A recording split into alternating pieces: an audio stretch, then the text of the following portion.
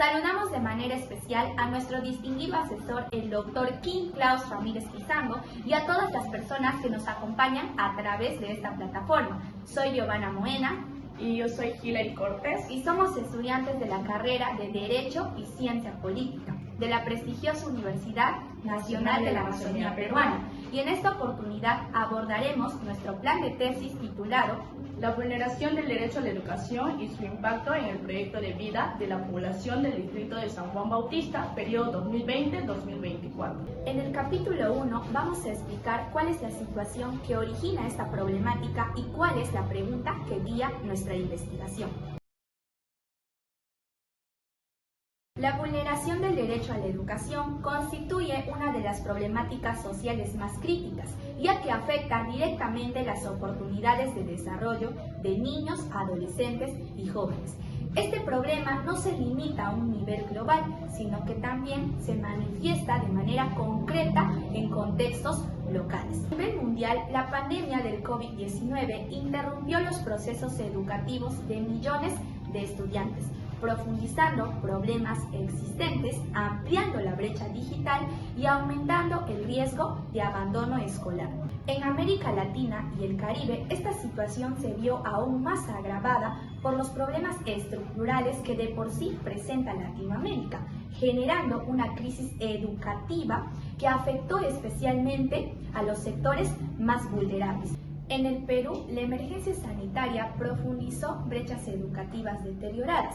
Miles de estudiantes estuvieron en riesgo de abandonar sus estudios debido a la falta de acceso a recursos tecnológicos, la necesidad de encontrar trabajo y la desmotivación. Y sin duda, esta problemática se ve totalmente evidenciada en el distrito de San Juan Bautista, en donde las condiciones de pobreza, informalidad laboral y precariedad de servicios básicos afecta la continuidad educativa. A partir de este contexto, el problema general de investigación se formula en torno a cómo la vulneración del derecho a la educación afecta el proyecto de vida de la población del distrito de San Juan Bautista durante el periodo 2020-2024. En coherencia con ello, el objetivo general de la investigación es analizar cómo dicha vulneración incide en la construcción y las expectativas del proyecto de vida de adolescentes y jóvenes del distrito. Asimismo, esta investigación se justifica por su relevancia social al visibilizar las consecuencias de la interrupción educativa y por su aporte teórico a los estudios sobre educación y derechos humanos. Ahora abordaremos sobre el capítulo 2, donde encontramos a los antecedentes y a las bases teóricas. Para empezar, tenemos a los antecedentes internacionales y nacionales. Y como primer punto vamos a tocar los antecedentes internacionales. Como primer punto tenemos a López y García en el 2020, donde realizaron un estudio fenomenológico en comunidades rurales de Chaco paraguayo, a través de entrevistas y grupos con 25 jóvenes, donde analizaron cómo el cierre de las escuelas durante la pandemia, sumado a la lejanía y la pobreza, no solo significó la pérdida de clases, sino también un quiebre en sus proyectos de vida. Muchos se vieron obligados a trabajar en empleos informales para apoyar a sus familias. El estudio concluye en que la interrupción del derecho de educación limitó severamente su capacidad para decidir e imaginar un futuro a largo plazo. Como segundo punto tenemos a Smith y Chu en el 2022, donde realizaron una investigación etnográfica titulada Más allá de las paredes del aula, en un barrio de bajos recursos de Nairobi durante 18 meses. Estudiaron cómo el cierre prolongado de las escuelas afectó a los adolescentes. Mediante observaciones y diarios escritos por estos mismos, evidenciaron ciertos retrasos en su aprendizaje, debilitamiento de relaciones y sobre todo baja motivación. Los resultados concluyen en que la escuela es un espacio de estabilidad y que su ausencia hizo que muchos sintieran su vida en pausa. Como tercer punto tenemos a Patel y Kumar en el 2022, donde realizaron un estudio fenomenológico en barrios marginales de Mumbai, donde analizaron la exclusión educativa y las metas de vida. A través de entrevistas profundas, identificaron el fenómeno de los futuros truncados, donde la falta de acceso a la educación de calidad daña la autoestima y la capacidad de aspirar a algo mejor. Concluyen que vulnerar el derecho a la educación es también vulnerar el derecho a soñar y a construir un proyecto de vida con sentido. Ahora tenemos a los antecedentes nacionales y como primer punto tenemos a Ames y Rojas en el 2020 en su estudio titulado como Caminos Desiguales, donde estudiaron a jóvenes de Lima, Ayacucho y Ucayali, donde a partir de historias de vida demostraron que en contextos de pobreza las trayectorias educativas están marcadas por obstáculos. Aunque muchos jóvenes resisten para no abandonar sus estudios, esto genera desmotivación y cansancio. Los proyectos de vida se moldean a las circunstancias y la educación se vive con incertidumbre y desencanto, situación que se agravó más tras la pandemia en distritos como el de San Juan Bautista. Ahora tenemos a Villanueva y Díaz en el 2021 en una tesis de la Universidad Nacional Mayor de San Marcos, donde estudiaron a jóvenes del distrito de San Juan del Lurigancho y el significado de la educación superior en sus proyectos de vida. Desde la fenomenología social evidenciaron que ingresar a la educación superior representa superación y esperanza. Pero esto se vuelve cada vez más difícil por las limitaciones económicas y sobre todo por la crisis post-COVID. Como tercer punto tenemos a Arana y Mendoza en el 2023 en su revista de Psicología de la PUC, donde estudiaron adolescentes de Lima y Cusco durante la educación remota entre 2020 y 2021, donde a partir de entrevistas y cartas evidenciaron una desconexión existencial donde la pantalla se volvió una barrera más simbólica que los alejó del sentido que les daba la escuela. El estudio concluye en que la pandemia no solo interrumpió la educación, sino que también produjo un vacío de proyección. Ahora tenemos a las bases teóricas y como primer punto tenemos al derecho a la educación como derecho fundamental. Este es considerado un derecho fundamental y condición para ejercer otros derechos y también es reconocido por la Declaración Universal de los Derechos Humanos.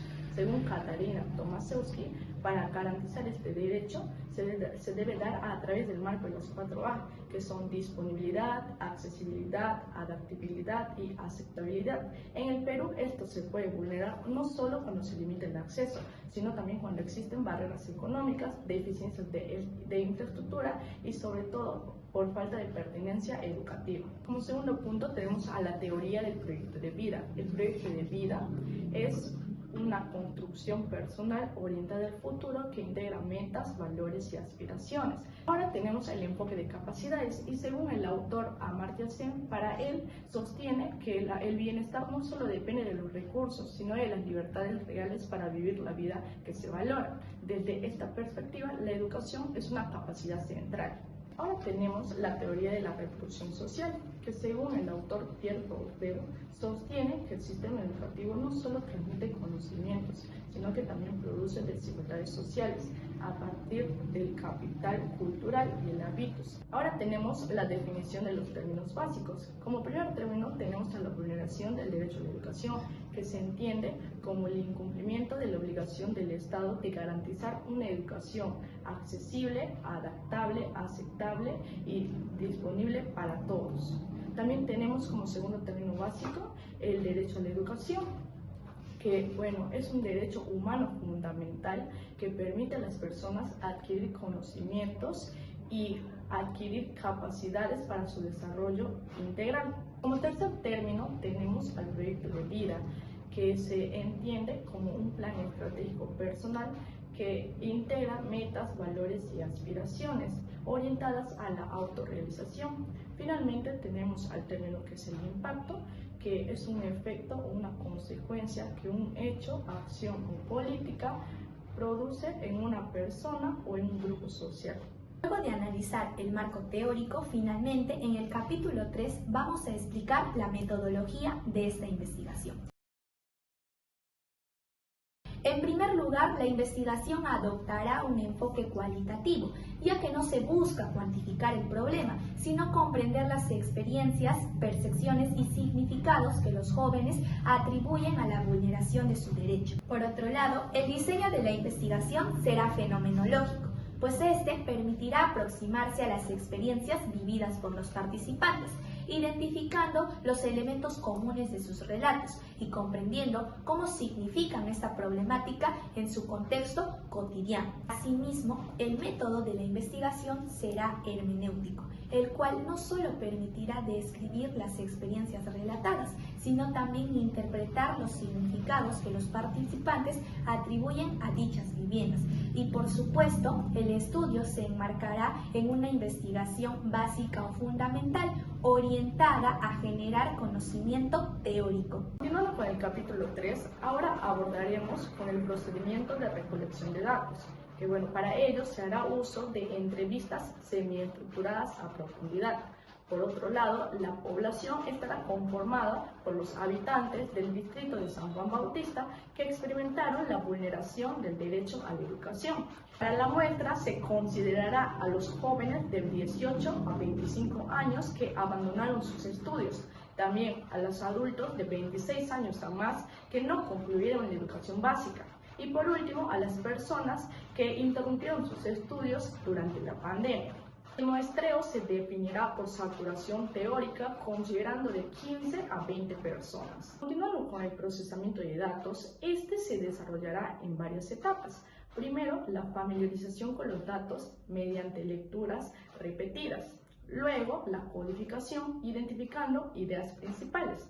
Posteriormente, la agrupación en temas comunes y la revisión y el ajuste de dichos temas.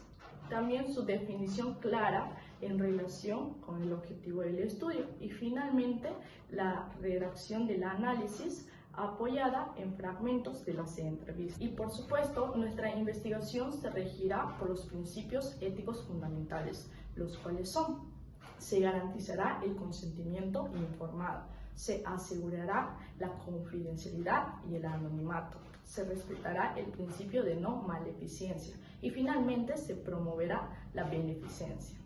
Finalmente tenemos el cronograma y el costo total del proyecto.